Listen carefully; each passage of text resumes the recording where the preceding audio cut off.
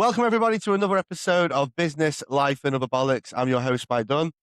Today's guest is a bit of a strange one for me, but it's also quite nice. He's probably going to look a bit similar to myself if you're watching this on video, and he might even sound a bit similar. And you can probably guess straight away. Today's guest is my younger brother, Stuart.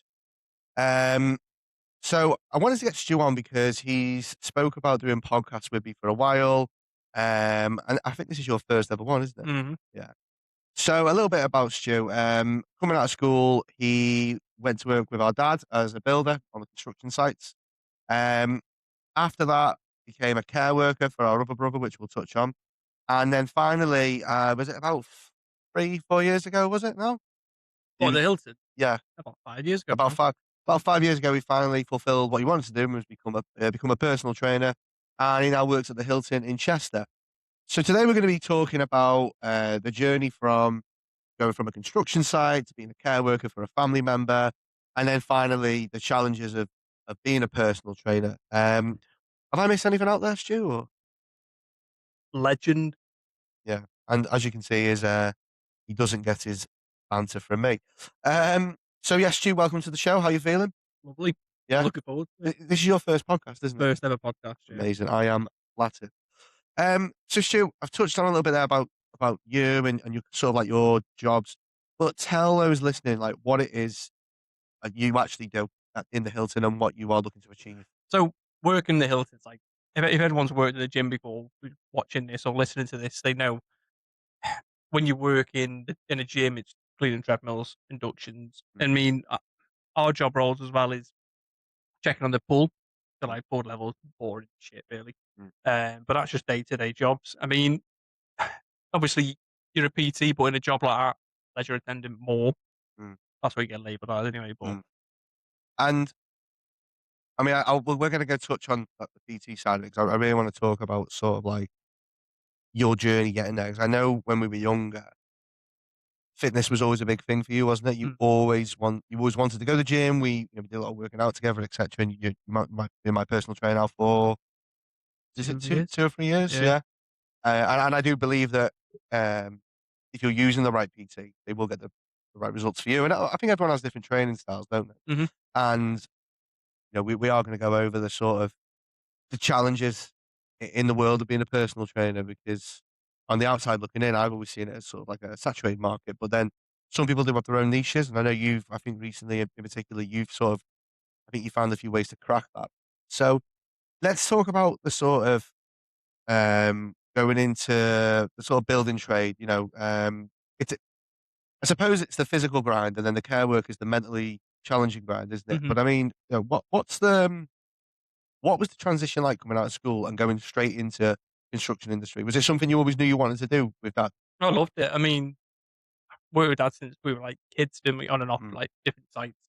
Um, it was just it was the banter that came along with it and mm, the job, the physical aspect of it, like, starting something from, like, tearing it back to the brick and then taking it looking something nice. It was great to do.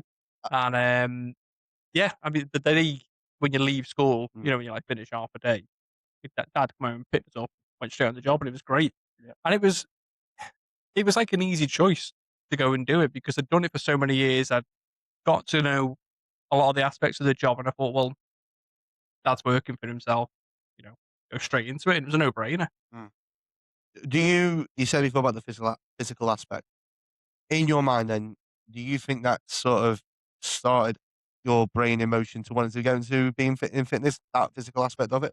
Yeah, yes and no. I mean, when I think about 13, 14, I think you can, like, legally Mm, go to a gym. The first one I went to was Northgate Arena, with a couple of lads from school, and it was just a conversation, like, sure, should we start going to the gym? Yeah, and it was. Do you know what? I've always looked at weight training like it's an easy thing. I know it sounds stupid because if you're, like, stronger than someone, they might look at you and go like, "Well, it's easy." It's not easy. It's hard. It's hard for me to lift someone else's weight that's stronger than me, if that makes sense. But it's it's a simple thing, stationary, lifting a weight up and down above your head, whatever you're doing. Like, it's a simple process, and as hard as and difficult it can be with the weight training, and challenging yourself to lift heavy weights, it's just it's the of simple aspect of getting better at doing that. That's the way I look at it. The, So do you think that is the same as the care working side? Because obviously you looked after Chris, our other brother, and for those of you who don't know, our brother Chris has autism. There's obviously a challenge, a physical challenge side with construction and PT. Mhm. But what's the mental challenge on the other side of it? Because you just said then you do it over and over again, you get it right, and it's not hard. Is it harder to be a care worker or is it harder to lift weights? They both have their own challenges. And what was your biggest one? With what? Um, the the carer side of it Carer first. was because I'd never in my life done anything like that, and, like, Mm. it's when it's your brother, it's kinda like you still got that, you know, that connection that, like, this is sounds bad, but if he was, like, having a moment, kicking off, you're like, "What are you doing? Pack it in." But you've always gotta put that aside, like, well, no, he's autistic, and I know that, and you know, I always understood if we were in a shop, in a supermarket, whatever, and he start having a bit of a kick off, Mm. I mean, he's autistic, people look at it and you think, "Well, this is just normal." Like, if you're new to this is what autism is, or a certain aspect of it. Um, but it was I would say out of the 2, weightlifting is a hell of a lot easier than being a carer Yeah. because you're on your own weightlifting. Like, if it's a heavier weight and you're struggling, and you can't do it, you put it down. That's it, you can walk away from it and come back to it next week. With a carer, it's that person doesn't just stop because you're, like, saying, "Oh, calm down." It's like, "Yeah, but." And I suppose I'm your brother, so I probably know you better than most people. But for those of you who don't know, when you're in that care worker environment, and there'll be carers listening to this who can probably relate to what you're saying, they might not have necessarily become a personal trainer, ever been in the construction trade, because it is a massive career swap to go from. It's like full swing of motion. You go from laying fucking bricks to then being a care worker for your brother, and next minute you're in a gym. And I suppose with what you're doing now, you're almost fucking caring for people as well, trying to lose weight. Well, this is it, and, like, the construction to caring is massively different, Mm. you know, but it's again, I don't think I would have gone into care work if it wasn't looking after Chris, because I never wanted to do it. I mean, I think I've always not to blow my own trumpet, but I've always had that kind of, like, oh, too small. Anyway, um I've always had that aspect of, like, I enjoy looking after people, and I think that's kind of what has come from the whole PT side of it. So when you get, like, clientele coming in and you can tell straight away they're nervous, and I enjoy working with them more than the people who kind of know what they're doing. It's easy to work with people who know what they're doing, like, in the sense of, like, if you give them a program, you say like yourself, "I want you to do this, that, and the other," like, you'll go and do it. And if I have to then come and correct on something, maybe with form Y- y- or like when to increase weight, mhm. um, when to work to a certain level, that's easy. But it's when people don't have no clue. Like a lot of PTs will be like, "Oh, yeah, let's work with that." But there's a lot of PTs who don't mind it. But and I personally, I like to take the Do you people. prefer that? Would you prefer to work with? So if I walk in the gym, I've had a PT before. There's a chance I'm going to come in with some bad habits from the previous PT, right? Would you rather work with someone who has no experience, so you can train them your way, or work with someone that has quite a bit of experience, but then there's a chance they're going to start correcting you? It's And I don't know if that's a thing. I don't know if that's ever happened before. There might be some PTs listening oh going, mate, "I fucking hate that." I mean, sorry, I'll come back to that in a second. I can't. The one thing for anyone in your industry is them not following a dietary program. I hate it because you can have the most basic, simple Mm, workout program. Like honestly, mm, you don't need. This is my if PTs are listening to this, coaches they might see their arse, but I'm sure they'll understand what I'm saying. Is you don't need to have deadlifts, you don't need to have barbell squats, you don't need to have a bench press. They are like the best compound, lifts that you mhm, can do. They're brilliant, but you don't need them in a program to get an end result. mm. You can swap your bench press for chest press. You can swap your squats for leg press, this, that, and the other, and you're still going to target muscles. But you're going to. I've had clients who come in who've had like years and years experience, Mm. and you get the same shit. Like, oh, my old PT done this, and it's like, okay, well, it's not wrong what they're doing, but this is what I would change. And it's up to their choice, and they're paying you. If they don't want to listen, if they still think, oh, I know best, then okay, I'll take your money, and then that's it. So what was the light bulb moment that made you go, "I'm doing this"? What to become a PT? Yeah. Well, to be honest, Jode, she knew once. Your wife. Yeah, Yeah, your my wife. wife, love of my life. Um, Sorry. pay me 20 quid to say it. I'm a Um, fucking. Go on. um, no, I was like harping on for ages, for years. I think like the last say 4 years of looking after Chris. Like I knew I wanted to.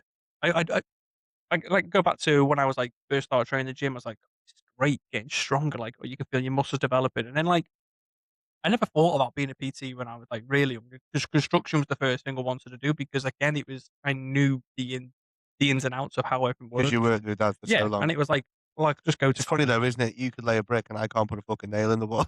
yeah, but I can't. everyone's got their own You strengths. give me a fucking hammer and nail and that wall's coming down. Oh, The picture ain't fucking going up. shite.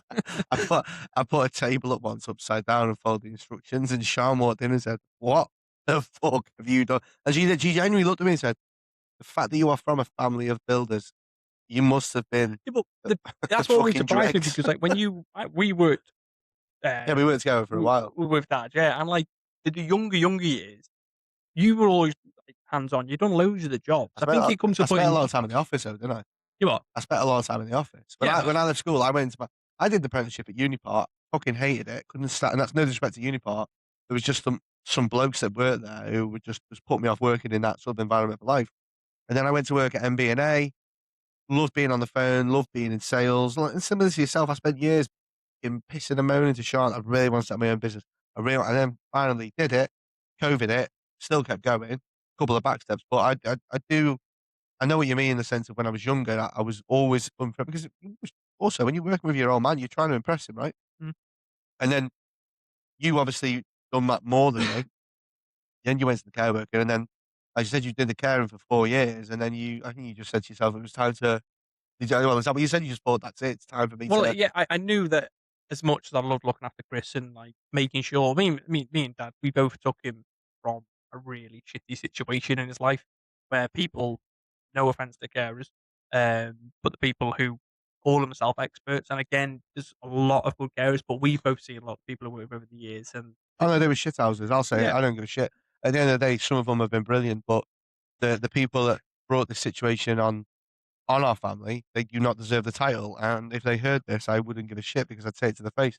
but the only like, thing I'll say about it is the people who work in the offices who call the shots, they're the dicks. The carers sometimes can be better, but also that comes down to the training. You know, if you're not getting tools put in front of you to be better at your job, then So do that's you, so there's a good point then there. You're talking about the training, the personal training side. Do you have to give people tools? Would you say then in the UK, in fact, in the accounting industry alone, would you say there's enough training for people similar? No. not enough. And I know once again, people might listen to that and go, yes, there is, and you weren't looking. That's fair enough. But I can say because we're going back 10, I'm going to make 13 years, maybe more. What since I've done that job? Yeah, yeah. Well, I've done that for 10 years, and I've been in the Hilton Five Well, since there you go. Yeah. So, 2015. yeah, 10, 15 years, right? So 10, 15 years ago, things were a lot different. Yeah, and it comes down to people being educated on autism Sure. signs and people getting to know it. And I think 2026 now, I'd like to think people are seeing more and more of it. You know yourself, people are getting diagnosed with stuff.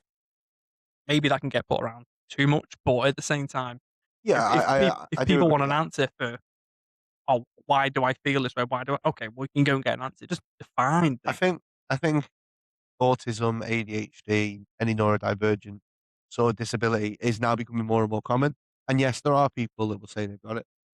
Sarah, our last guest, she's never been diagnosed, but I can guarantee you now she's got it. But look at her again, a business owner, high, fully functioning, doesn't stop. And then there might be some people out there that say it for a title, and if that's the case, that's the case. But I think from an autism spectrum, and I think from that disability of a higher level, I do not think there's enough. Still now, Mm. because if there was, it wouldn't be such a shit show in the caring Yeah, world. and it's just it's. And by the way, I know some really really good carers. Mm. I know some people that are so passionate about what they do, but it's like my job. I know some brilliant salespeople. In fact, I know some competitors that are fantastic at what we do. Mm. And I also know some that are absolutely shite. Yeah, but you come across that, don't you? Yeah, People in certain industries, like you get the heart and soul people who are just great to work with. Don't kind of always get their definitely recognition that like they me. I deserve. am. I'm a joy to work with. Oh, mate, yeah. 20 quid later. So you decided you're going into this industry. You joined the Hilton.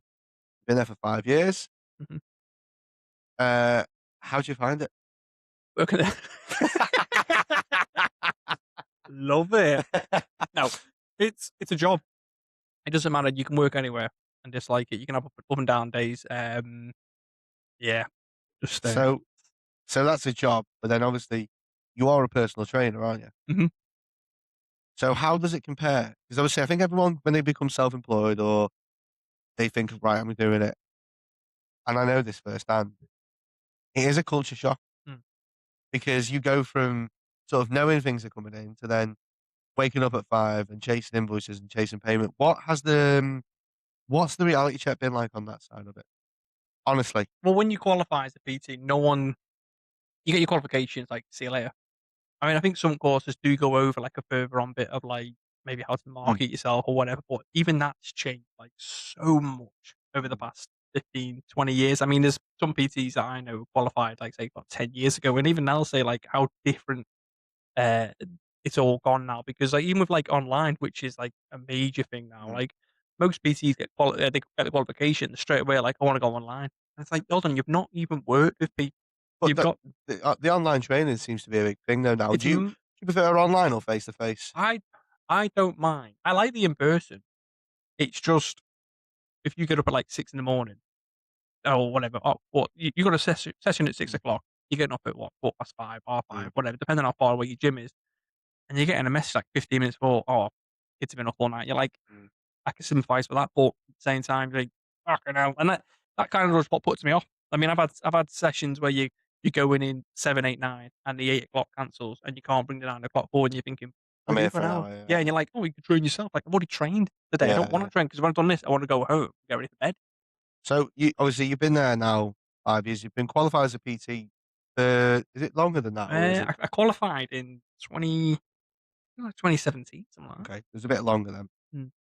You fast forward to now, how does it compare?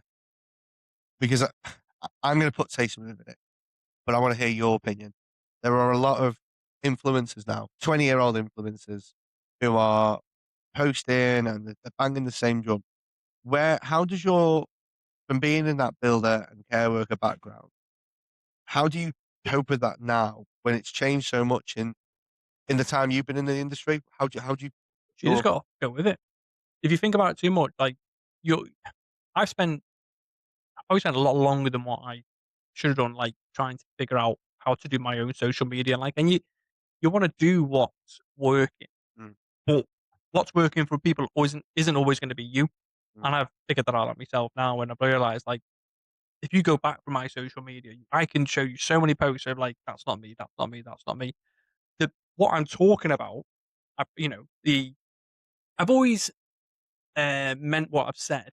It maybe how I've done it isn't the best, and it's social media. It's like even though we still did kind of grow up at our age with social media, but you get these like 20-year-old kids who are sorry they're coming into the industry, and some of them do kill it because they've got and this is not to make excuses for No, myself no. and say that they've got it easy, but they've got so much more to hand now than what we did Well, yeah. to I get. mean, social media has progressed in the last 5 years like we've never seen before. Podcasts are now done on mobile phones, Yeah, and they can be recorded anywhere in the world, anywhere. right?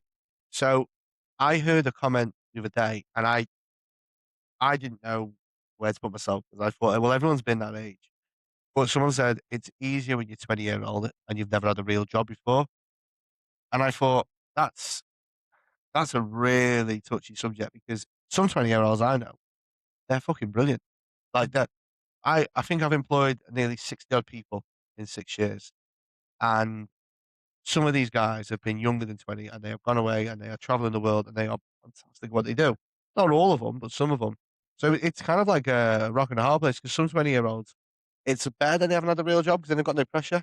Well, look, Well, but then again, what the fuck's a real job? exactly, and it's it, like time. I say to like my kids now, and you'll say to yours when they get a bit older, like times changes all the time, and if you don't want to roll with it, like, you're going to fall behind. Like the good, the good. When people say like, "Oh, the '70s and '80s are great," the 90s, I'd say we properly grew up in the early 2000s, but born in the I was in the 90s. 90s, mate.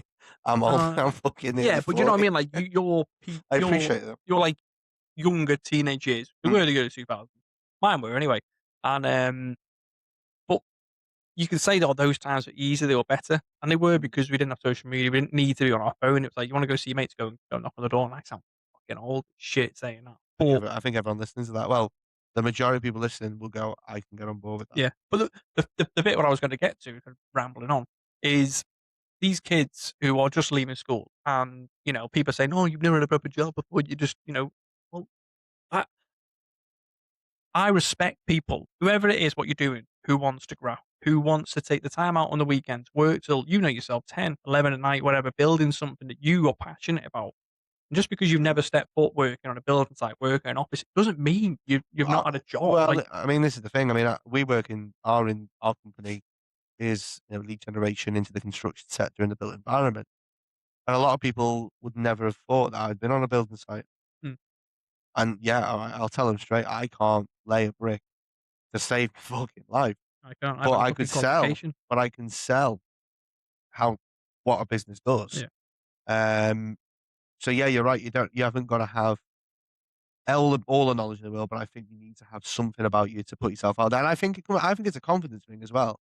Like if you're all going to piss and moan about a 20-year-old who's putting himself out or putting herself out there every single day, not giving a shit what people think, Hmm. then you need to take your fucking attitude. Yeah, there's a fine line, though, isn't it, to thinking like not giving a shit? Because like some people will post utter shite, they'll post utter rubbish advice or whatever, and they'll just chat Well, out there's a their arse. difference though, isn't there, between if you're going to post content that's good but a bit on the bone of things, but Yeah. you're going to post utter shite Well, the thing is, because there's so many coaches that I don't personally know, but you see them all on social media and they pop up, and they're making the exact same video that another coach has made, and then there's like another 10, 20. Like at the minute, I think it's died off a little bit now, but about a year, 2 years ago, every single young coach that was not even over the age of 25, and there's a couple of coaches who no one to talk about, every single story, every single relatable story they put on social media was, oh, this is a video of me when I was blackout drunk. I was doing drugs. I'm 20 years old. But what? Like, I know it wasn't the great point in your life, but then you were growing up, like, at your early 20s. I don't want to talk about Yeah, you were that. fucking pain in the ass. I was actually a good lad. I mean, yeah, But but you know what I mean? Like, it's that, like you bringing a video now going, this is me in my 20s. What are you growing up? that's my post for tomorrow. That you stay Fucking tuned. hell. Look forward to that one. Yeah. So obviously, the fitness industry, like when we left school or when I left school, there's no disrespect again. I don't remember people leaving school and actively wanting to go into fitness. It wasn't as a sort of thing as it is now. But now it used to be you're going to be a plumber, electrician, you're going to have a trade, you're going to go Airbus. Airbus was always Yeah. one. But now, Oh, it's massive. now there's courses on it, right? And it's more forthcoming.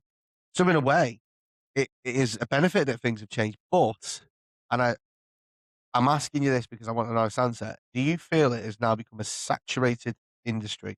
No. No, but it doesn't matter. You're going to have thousands of people qualify and come into it. If Sony, Samsung, whatever, they said tomorrow, we're not going to make TVs anymore because there's a lot of other company making Yeah. TVs. Like, you're stupid. You'll just go and make yours better. So if you're a PT worried that it's too saturated the market, right, well, you just go and be you and do your thing because at the end of the day, you could, if you're looking for a PT, you could have 50 PTs in a room and narrow them down to the ones who are going to want to, you're going to want to work, but you might only have five. But what makes a good BT? It depends on what the working what the end goal is.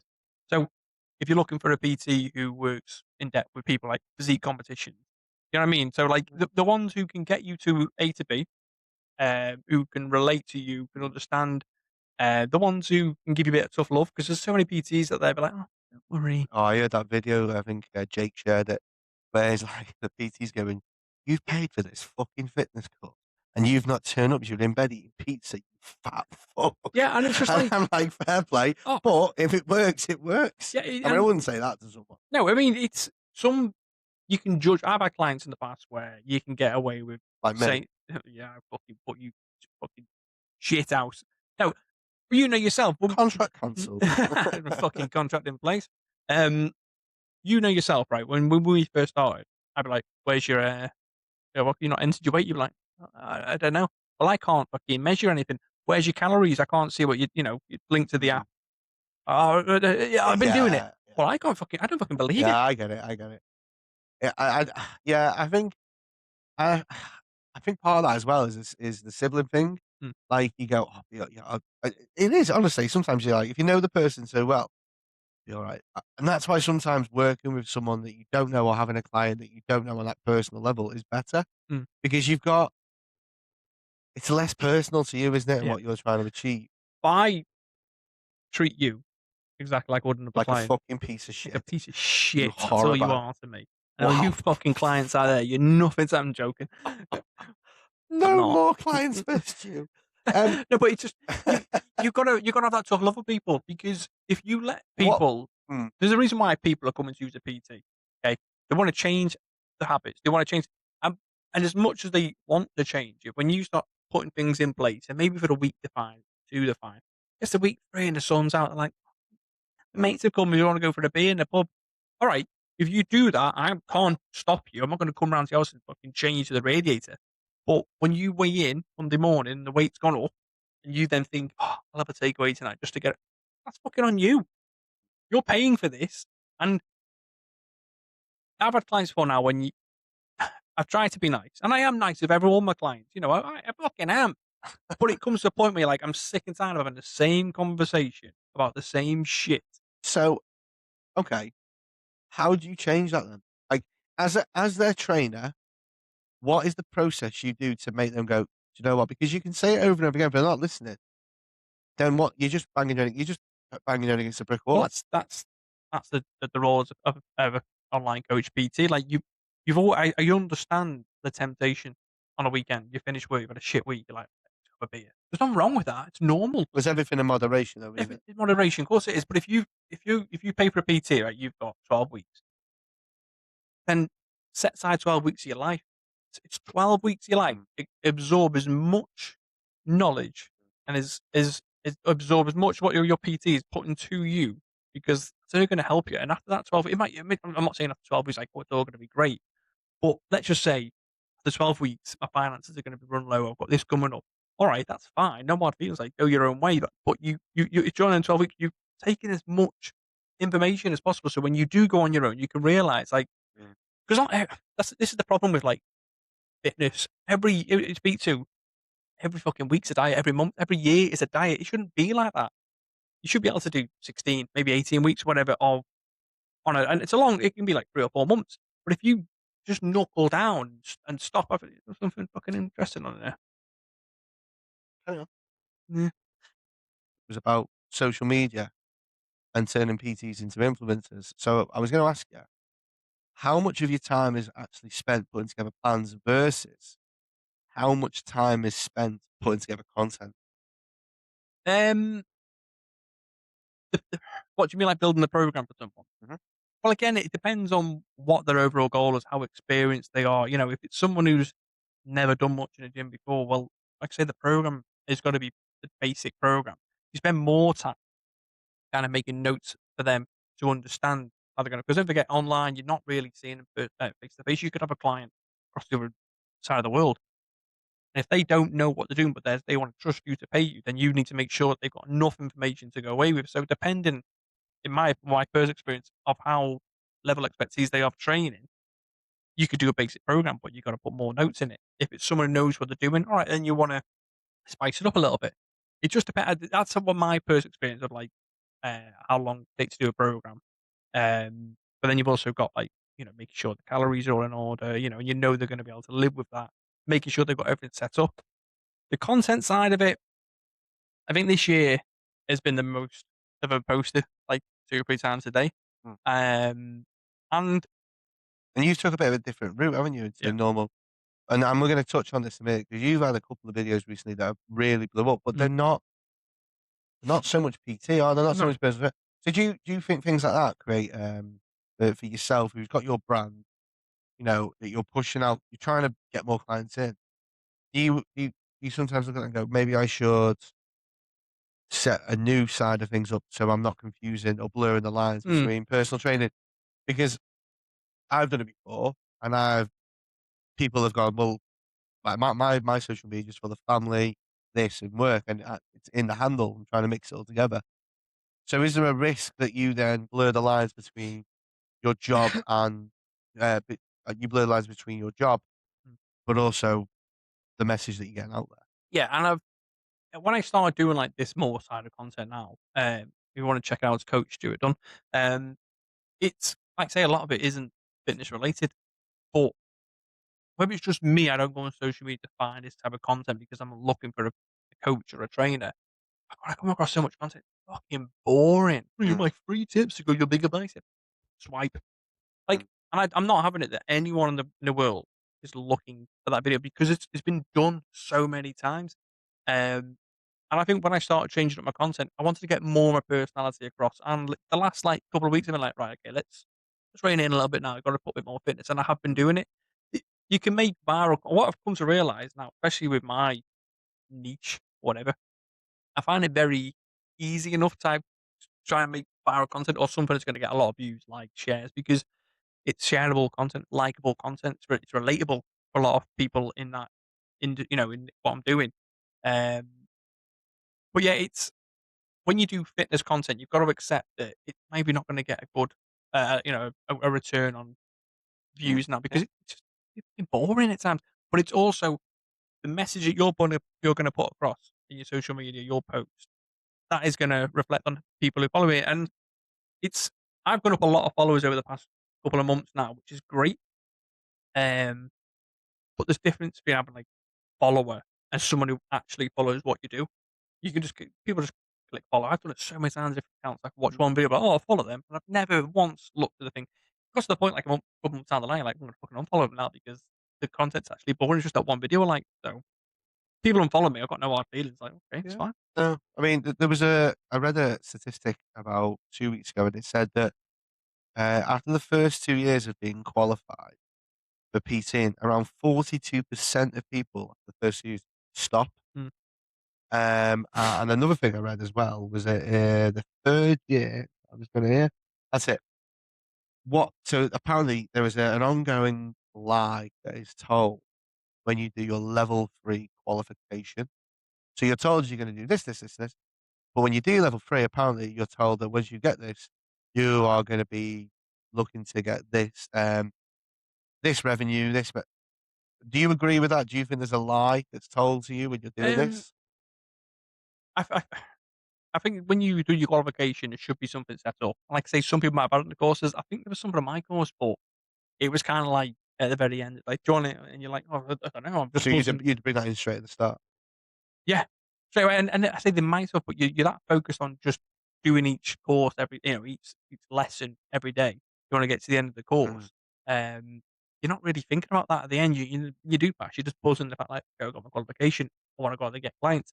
And and this is what I was saying before. Like this is why these young people, young kids, are so they've got everything there because there's so many Instagram pages, social media pages, whatever it's on, who can teach people marketing, can teach people how to do this, that, and the other. And I'm not the most savvy when it comes to that, and it's something that I'm learning more now because, as I say, as a PT, you can become the most say, basic PT. You've got a good understanding.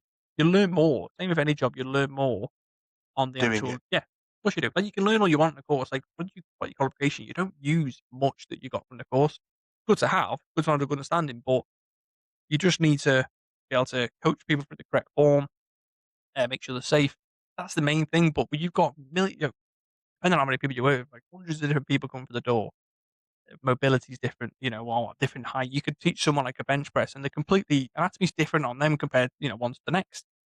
And that's what makes you a good PT. That you can recognize that, and you could say to that one person before them, do the form, and then when you try and set the other person on it who's got maybe longer arms, Mm, and you'll look at them thinking, that doesn't look right. So that's mm. when you got to think, okay, how do I change that? And there's some great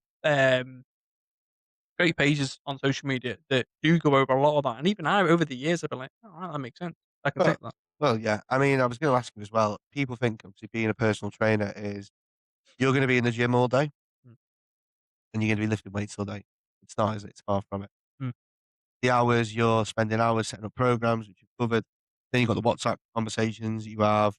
Um, and you get clients, if they, you said before where they maybe let themselves go. Do you get them panicking over that and messaging you Oh and yeah, say, massively. Like, "Oh, mate, I've had a beer. I've had a take away the missus this weekend." It's like, and it goes back to kind of contradicts what I was saying before. It's not the end of the world.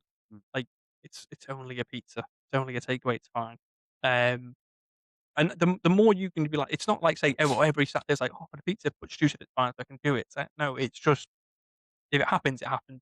And if it's done, it's done. Just move on. You harp over it. You harp onto it. Just get over it. Get I on with it now. suppose as well, people pay you for your time, but Mm, they're paying you for that hour, right? mm. But what happens when they start messaging you out of hours, you're with your family, you're doing stuff? Because if you miss one message or you look like you don't care, they'll go, "See you in a bit, mate."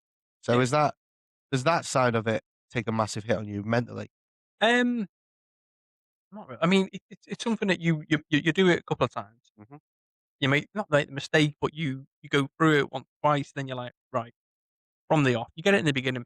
When people start working, we'll be like, listen, you can contact me when you want. If I see the message, I'll decide if it's that important. If you're messaging me saying, "Oh, coach, I've been asked to go for a barbecue this weekend. What do you reckon?" If you've not listened to what we spoke about in either the PT sessions or the conversations that we have over a weekly basis or daily basis and other times, then you you've not listened enough. Mm. You should be able to say, you can tell me afterwards, "Oh, by the way, weight's gonna be going up for the next couple of days because I've just had a fucking barbecue, so it's just Mm. gonna spike a little bit. Don't worry, we've got it under control. I know what to do. We're gonna bring it down." Right? But it's just you get it into the clients from the off. You can message me when you want. You've got my number. I might not always get back to you. Message you after a certain time, I'm not gonna get back Yeah. to you. And it's kinda like if when they know that from the off, it's like, for instance, your barber. They can have a policy like, if you cancel on the day, you're paying. It's a policy, you know it from the off. You Mm. can't get caught off guard then. Whereas if they say, if you cancel, you ring up and say, "Oh, listen, flat tire, I can't get in." They might not charge you, but at the same time, they might charge you. Do you know what I mean? But like, at least you know that you could run the risk of having to pay your money. Fair enough. Right, I've got a couple of quick fire questions for you. What is the most overrated piece of equipment in the gym? Overrated. Yeah. What piece of equipment do you go, "That is a load of bollocks." Or you just think, "I don't think it's as good as everyone makes out." Oh, yeah. Fucking all of them. I'm trying to think now. 'Cause I sometimes look at, like, ropes and What think battle road? Oh, fuck it. and Okay. I'm like, "Oh, I know I'm gonna piss a little bit out, High Rocks events." And It, having they called High Rock. yeah, I don't I admire anyone that does it, but yeah, it's it's fucking I don't get it. yeah, 'Cause I couldn't do it. I reckon I fucking could if I tried, yeah. It's one of them. Like, say you can't do it. It's just but training I to don't get what it condition is. yourself. So, in your opinion, what your own mind, what do you think is the most overrated piece of equipment in the gym? If you're just going in there to train, like battle ropes are fucking shit, but they hold the purpose for some things. It's not the fact that they don't work. But if you're coming and going, "I want to build bigger lats," all right, well, you're not going to go to fucking battle ropes, are you? Just because you want to engage my lats, it's not going to fucking build them. It's not going to build anything. You're just going Well, to what's build it there for then? for different types of training, like circuit training. You c It's gonna be like building condition, like boxers would Mm. be very good using them because you're building that, cardiovascular muscle, that's gonna help bit of speed and whatnot, I What guess. about that little fucking triangle thing that looks like a musical instrument? Which one's that? A little piece, a little triangle thing, and you can use it to pull back. I think that's a bit of a waste of I'm time. not even seeing that. Have you not let it go then? I don't know what that is. Is it It's in a fucking Hilton? yeah. Mhm. I I probably use just see it and kick even it. when I use it, I sit there and think, "What the fuck have I just done there?" I probably just see it and kick up. Oh, okay, Yeah, get rid of that. Cheers. standard. An interesting one. What supplement do you think is just a waste of money? Oh, fucking hell. The DCAAs, they're fucking shite. What? I used to take them all the time, and I heard a few people say they were fucking waste of time because Yeah, creatine's the best in it. yeah. It's the most studied and Yeah, trusted safe but whenever supplement out someone there. says to me what to do, I go, "Just helps you get really strong." Yeah. Yeah, it's just you can get it in you can get it in different, foods and whatnot as well, but it's yeah, like I say, it's not gonna harm you. Mhm. You should take people like don't your clients be like, "Oh, I took my creatine. I'm not taking it on Sunday though because 'cause I'm not training." You can take it. Just carry on taking it, you Take idiot. it daily.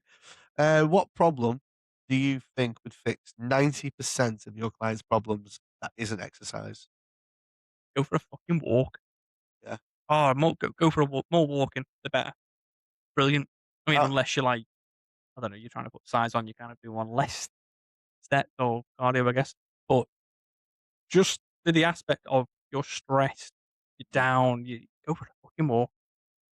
I didn't get to the gym today because I've been, yeah, the gym's shut, the gym I go to, one nearest to me, I can't go. I have to remember, like, or whatever. I don't care what it is, like, just go for a walk. Like, it's the most, I harp on to all my clients, get your steps in, get your steps in. And again, these are like, there's a lot of like coaches now who say, oh, the 10K step, like, it's not a magic number. It's not a magic number. It's just a good number to aim for. yeah. Because even people who work in offices, you'll never sit down anyway. But I get clients say, I've only done 3,500 steps in work today. Like, okay, well, that's just setting an office. Imagine what you could do if you go for like a half an hour walk. Mm. Okay, you might not hit 10K steps. Yeah, we try and get out on our dinner and do some walking. It's so underrated. 9 times out of 10 because I'm about to have a fucking mental breakdown just before dinner. I just, if I know if I'm overthinking, it's one of them. Like, and it's not. I know it sounds cringe or cheese, but it's the genuine truth. Like, I look Does around, help. Walking does help. you'll put your music on, put a good podcast on, and I know, I can't wait to hear a good podcast. do you know any? No. There's one called Construct the Cast. Sounds Sends me shite. good. Fuck off. Right, biggest bollocks claim that you've seen a fitness influencer make this week?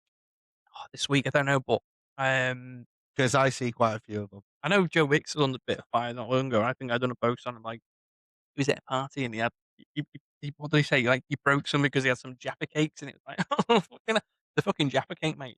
Because there's Joe Wicks and there's who's the other chap from Australia? Oh, there's a chap. He's so funny. Oh, it's Adam. It's No, Cunnies. Like, he's fucking brilliant. no, there's a lad. He's English, but he's lived in Australia for years. A blonde lad. He just says it as he sees it. He's fantastic. James Smith. Is that him? But if, from England, yeah, lives in Australia. Yeah, yeah, I think he lives in that must Australia be him. still. Blonde Yeah, yeah, haired lad. yeah, yeah. Yeah, I think he's fantastic. Mm. Funny guy. Um, what time do you normally start in the morning? Um, What's your early start? well, when I'm in work, it's 5:30. Some it's not like, yeah, 5:30 start. And Um, sometimes it's vampire hours, isn't it? You work until yeah, like 9, 10 o'clock. 10 o'clock. Yeah. How you got two kids? You got two boys. Like, so you've been on your feet all day. You've been let down by some clients. You got these messages coming in. A lot of people will come in the gym. You see them at 5 o'clock, and you're thinking you're going home now, and I'm still here. I Mm. suppose that's a risk you take. But how do you deal with that? What's your motivation if the clients are slowing down? How do you put up with that? The toilet, have a little cry. No, it's just, if you've Because got to, when you first go through it, like say client drop off, it's horrible, and you do take it personal because you're like, what have I done?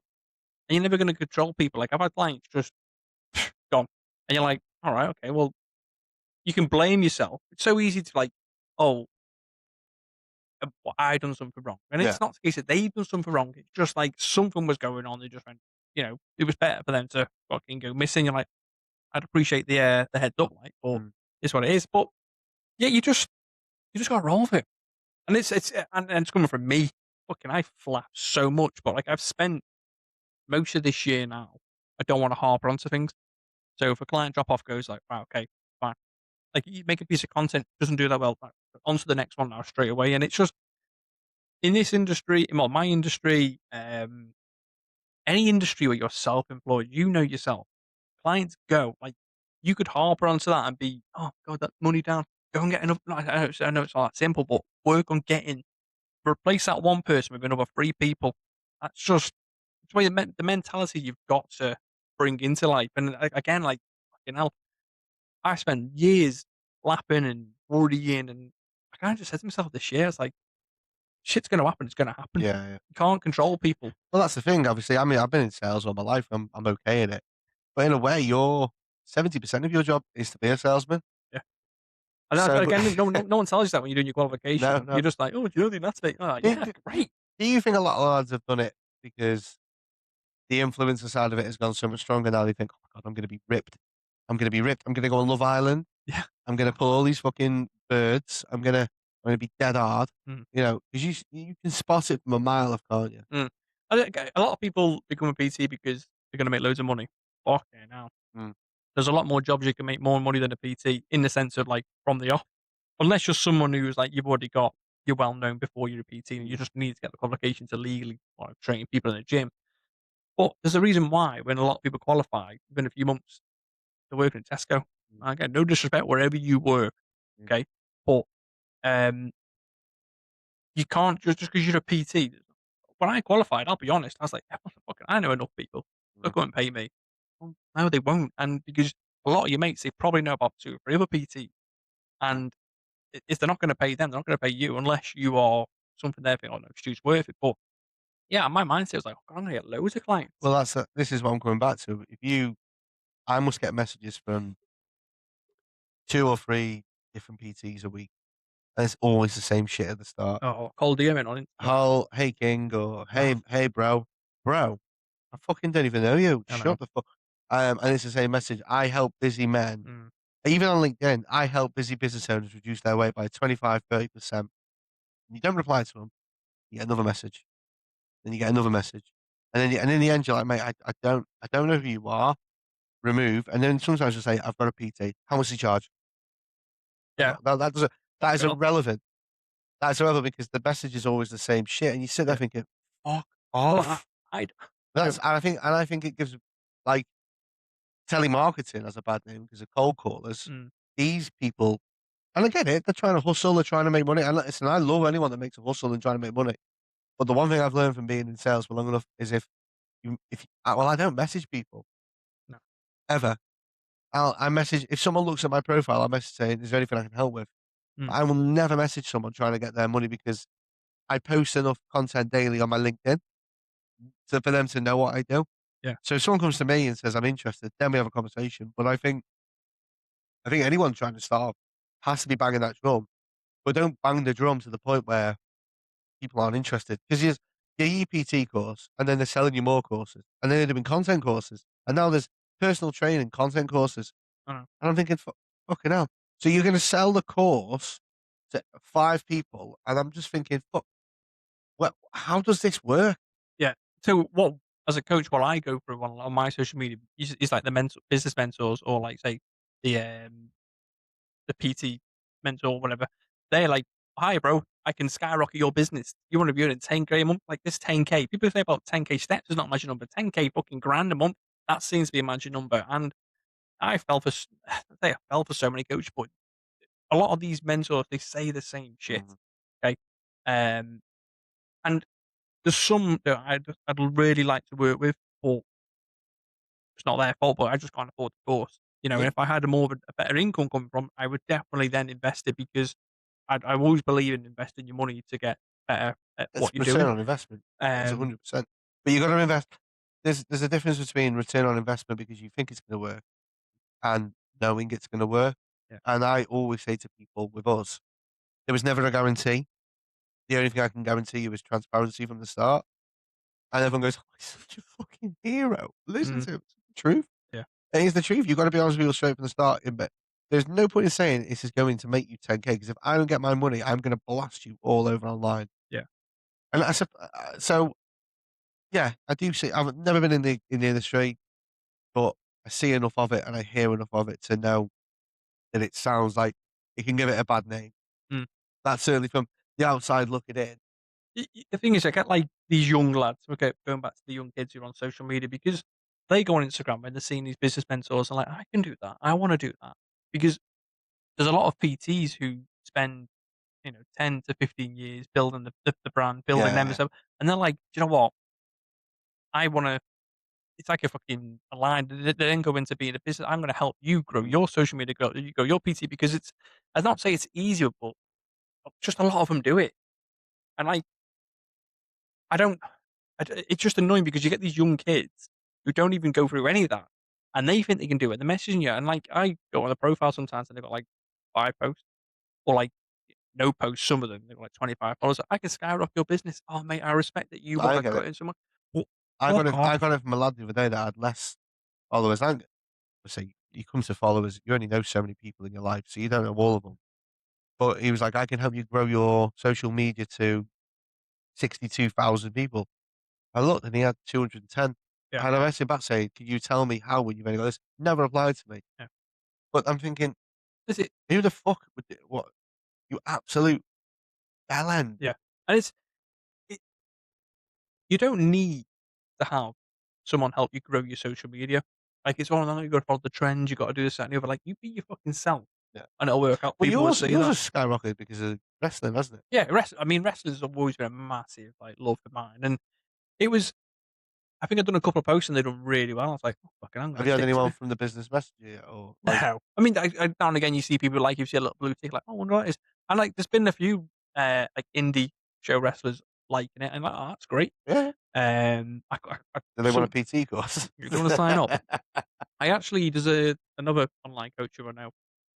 He's a bit older than me. I can't remember where he lives now, but he trained a couple of wrestlers who were in NXT, and yeah, he's a great coach as well. Do you think that would have been? Let's speak hypothetically here.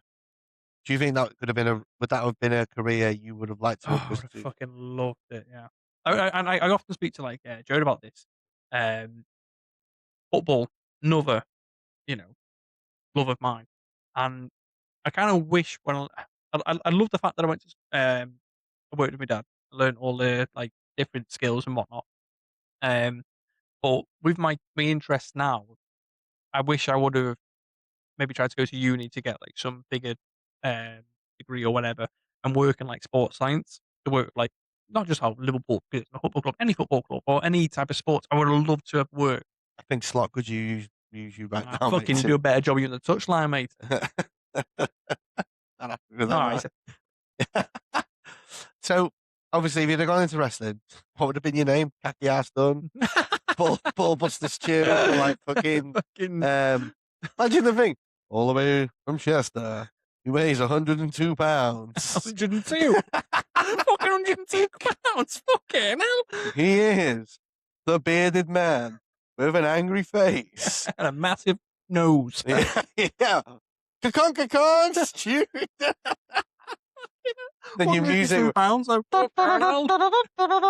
So scrundy. Yeah. Oh, yeah. I can imagine you coming down like that sounds fucking weird. Little pair of red trunks on, yellow boots. Well, and then like looking like Hulk Hogan. What you gonna do? That's I don't know if you remember. I actually went to a wrestling training school. I even did 8 months in Runcorn. RWA, it's not going anymore. But no, I mean because something fucking dodgy. I won't bring light to that subject. I don't actually know what happened. Can imagine you turn up. You can dodge a fish, you can dodge a ball. No, but what the coach was in NXT. He was the first and I think only non-contracted wrestler to wrestle on NXT. What was his name? I can't remember his name now. Oh shit! He's gonna watch this thing. You Oh, little no, piece of shit. Yeah. English? Was he English? Yeah. Was it? Well, Rip Rogers. Rip Rogers in the wrestling is a massive name. Like Randy Savage, like all the wrestlers that you see on TV. Oh yeah. He's worked with all of them. Rip Rogers, he's fucking brilliant. Who the fuck is Rick Rogers? Rip Rogers. Rip. After Oh, I this- know who he is. Yeah. You don't know who he is, No idea. mate.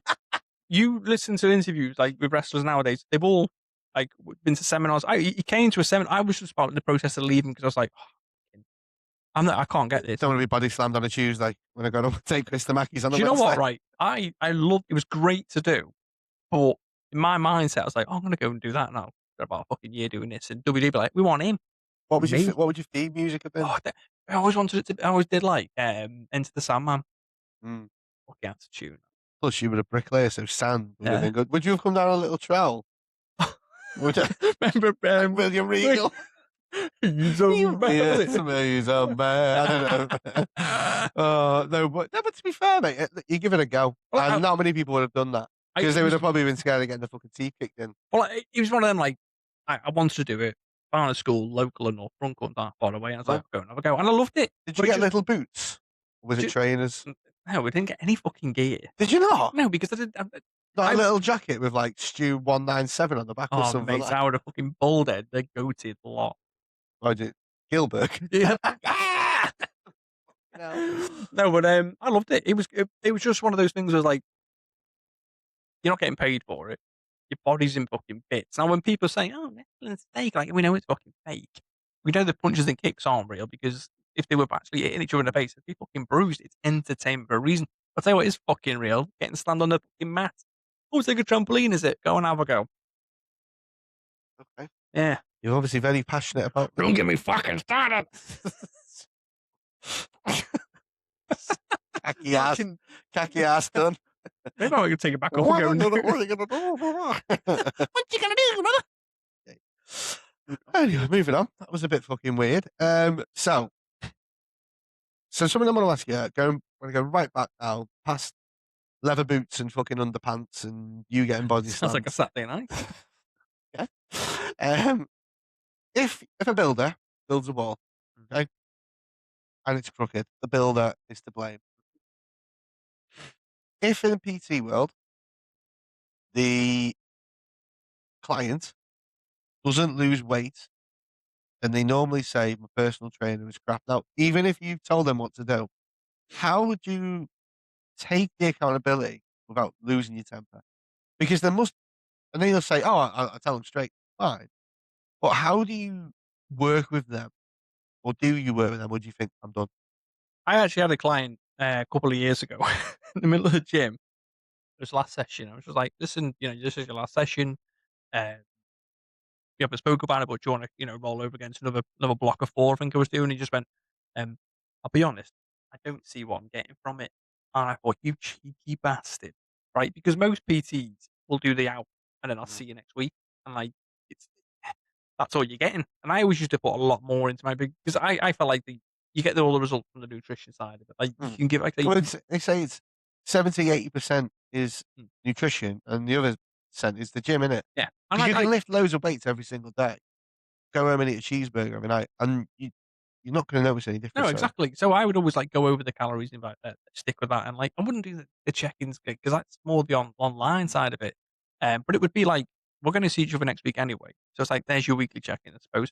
But I'd always like throughout the session, it wouldn't just be like going over every last technical bit of the workout, and the whole workout wouldn't be revolved around 12 fitness because it gets boring. So people don't always want to do that. You get to know that person, but you go over how to tackle situations in life.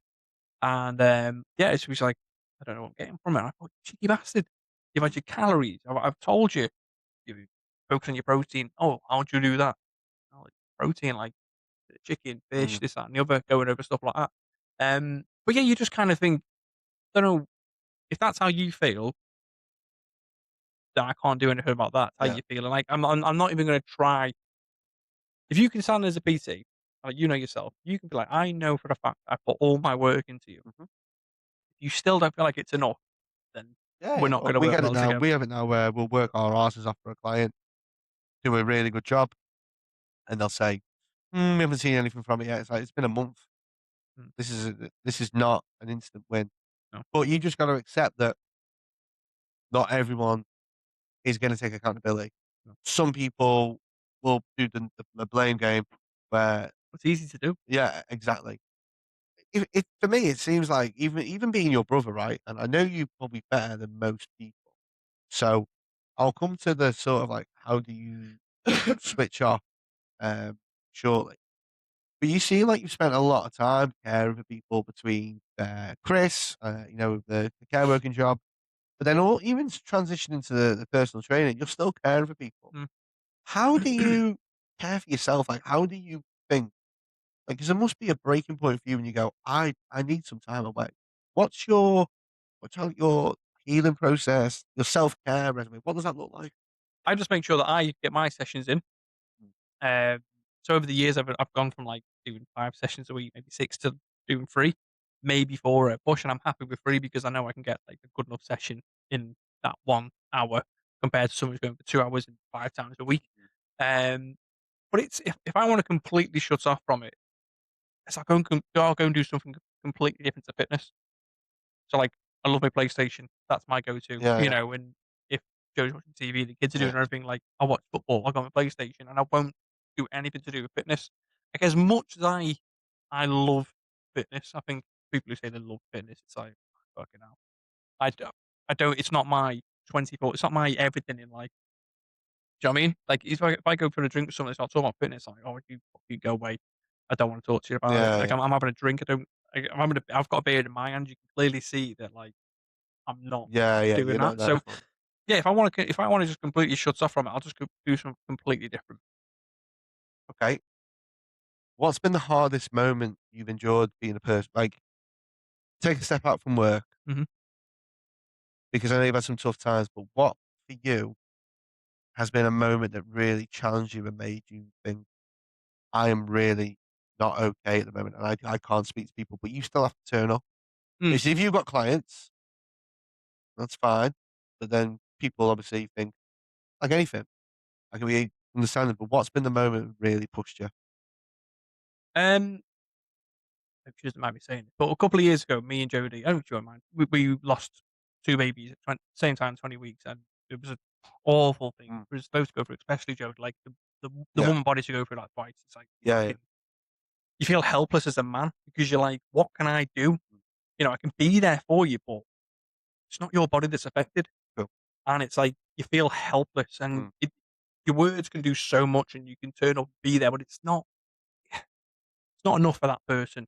And I think going through that twice, um, and one of them I went through when I worked at the Hilton. I went back to work too quick, really, but it's kind of like, just get myself back into it. I guess I don't know. I just it wasn't like being a good fucking Do you feel that doing that helped you? going Some back into people, work. yeah. But did you feel Yes like, and no. It's like it's a good thing, I suppose. You keep your mind busy, but at the same time, I look back now, like, no, I wish I would have played a bit longer.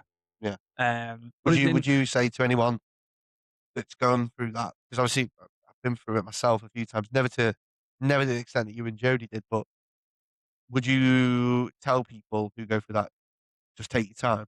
Yeah, take your time. Nothing's going anywhere. But Mm. at the same time, it's like everyone reacts different to stuff. Cool. You just because I'm saying do this, this is what worked for me, doesn't mean it's going to work for that other person.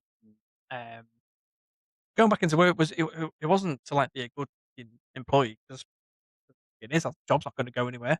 Um, it was just kind of keeping my mind busy, I guess. But Yeah, I wish I would have took a little bit more time because I kind of went. I couldn't get my own fitness going for a while, and it was like that affected me. Because it was like fitness is a big importance for me. Like I said before, like I try and switch off when I'm not working, but if I get my own stuff done, mm. I'm good. Um, I think there's a few people though that have been through hard times and they've had to throw themselves back into what they love and believe because it's it's the only way they feel they can mm, get from A to B. yeah. And Sarah, our last guest, we were speaking about grief, and no matter how soon it is, there's no fucking timescale as well, by the way, for how soon you get over anything. And it doesn't go away. You just No, you learn. Well, deal with things. Like and that's what we spoke. you just get a little bit stronger of how to live with it. Yeah, yeah. And you have your shit days now, Because but you, you've got two boys, haven't you? mhm, You got obviously I'm my nephew. You got Noah and Ollie. yeah, And Noah's he's loving his footy at the moment, isn't he? yeah, he's 6'4" He's giant. huge. Yeah, he's huge. And then Ollie's now in year 5. Yeah, So you got your two boys as well. So I suppose you're trying to set the example almost to be. You don't want to be. I mean, we were younger. It was man, wasn't it? You mm. had to be a fucking man. And then you got me, Mike. Do us a favour, put that nail in the wall. It's Yeah, but it like doesn't make you any more less of a man, does it? no. I mean, But there's what I'm saying is though, there's like there's. I think things have changed. So do you, when it comes to being a personal trainer, do you find that it helps you mentally being in that industry with that? yeah, you set good examples. Yeah. Um, Would you say they eat healthy? Do you, I mean, or are you kind of like, no, they're young, let them enjoy themselves? no, it's a bit of both. Yeah. And I think every kid should be able to enjoy. Like when you see like young kids who are overweight, I mean, funny. First thing I look at is the parents, and then they go, "Oh, we won't eat that." They fucking will because you're the parent. Like I don't care. We've had loads of like times when you're like, "I don't want to eat peas or broccoli," and you're like, "It's on your fucking plate, mate." So you're having it. Mm. And it comes down. I'm not trying to like in slate parents or their parenting, but they eat good, but they have the takeaways. They love it. I'm not going to take that with the chocolate because the kids, but they don't just live off it. Mm. You know, and it's not just go in the drawer and oh, I'm going to just. Mm. I know it sounds bad, but they ask, and I wanted to kind of ask him because I don't want to go in the drawer and just take. bar after bar, because that's when you're not monitoring it. At least they ask, like, "Can I get a biscuit?" I'm like, "Yeah, of course you can." Mm. But it's Only one, because yeah, only one, they're and my not fucking the Kit biscuits. Kats, they're fucking mine. Yeah, a Y banging chocolate bar. mm, What, so I suppose another kind of one of the final things I wanted to ask you was, do you why do you think people still pay for a PT when there is so much information that is free online, including calories, and there's apps now? Do you think that people are paying for a PT because it gives them comfort, or do you think they're doing it because it makes them go to the gym? bit of both, isn't it? I think, people like to say, tell them, "I've got a PT." It makes them feel like, "Oh, I've got a PT, so I'm gonna get the result I want." It's like, yeah, but that's just like the bare minimum, Mm, paying a PT. That PT can give you all information. If you're not good doing it with it, it means absolute shit, or like, it's just mm, waste of time. But yeah, you can get load AI, massive, but you're paying for the accountability from someone to drop your message, but like, especially with the online coaching, like you're weighing in daily or every couple of days or whatever, mm, however they work. I work daily. It's just be like, not everyone does weigh in daily, but it's good to see, because you can like, if you can go off their calories to be like, if it's spiked a little bit, like, well, see what you had last night, so mm. that's why it's gone up. Yeah. But if you've not entered the calories and your weight's gone up, I don't know what's gone on. Um, you're paying for the accountability, the human touch. So anyone can go and get, there's apps on social media, on Mm, online now, where you can get, 10 a month. You're going to get a program. You're going to get a nutrition guide. Great, if that works, you go and do it. But I think if they work that well, online coaches be out of a job. Because mm, that personal touch comes with it. mm. So, what's the plan then for you from a PT side, working at the Hilton? What's the you got a 5-year plan that you want to get to? Yeah, I mean, I know everyone's guessing, where do you see yourself in 5 years? I'm just fucking hoping I make it in 5 days. yeah. So just fucking just so I'll rephrase it. What are you looking to achieve on this journey? Well, the time and effort I put in now, I want it to carry on, and not. It's one thing that will pay off, because you're not in, just because you've done some social media posts, it doesn't mean you're entitled to then be self-employed, to be, Mm, working wherever you want. But at the same time, if you're gonna go all in for it now, yeah, then I want to be the point when I'm self-employed. I want to be the point where I'm financially free. I mean, I don't think anyone, unless you are fucking silly money, can be financial mm. free. We had this conversation on the last episode, and 9 to 5 is a fucking luxury. Yeah, It is. And I'll repeat what I said. Sometimes I wish I could eat my sandwiches on lunch and go home at 5 and that's it, it's done. But unfortunately, when you are self-employed, that is your be all and end all.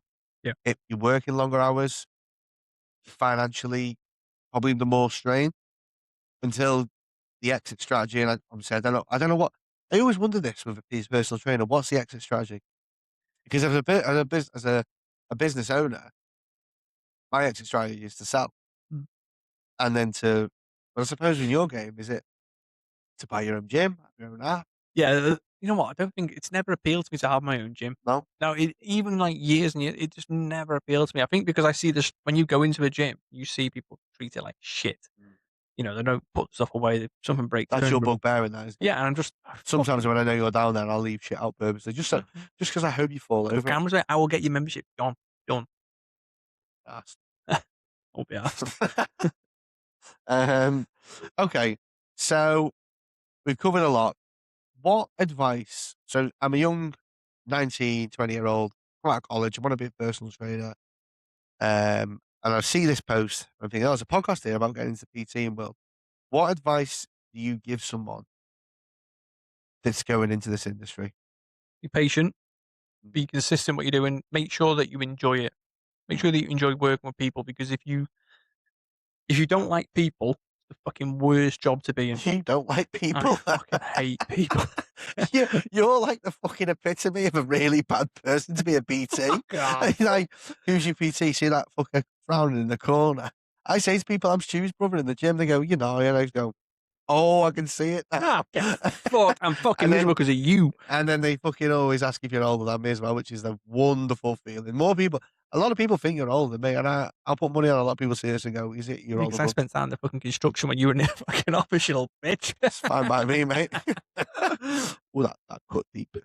Right. Okay. So, thank you very much for joining us all. It's been another wonderful episode. Feel free to what's your Instagram handle, Stu? At Coach Stuart Dunn. Yes, feel free to follow Stuart after this, and then obviously any questions you have, I'm sure he'll be happy to answer them. Join us again next time. We've got a nice guest book. We've got some really exciting guests coming on this season, and obviously feel free to follow. If you have any sort of topics you want us to cover, any particular type of guests you want us to bring on, feel free to drop me a message.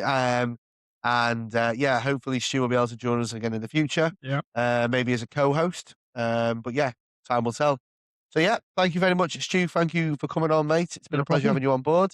And I'll see you all soon.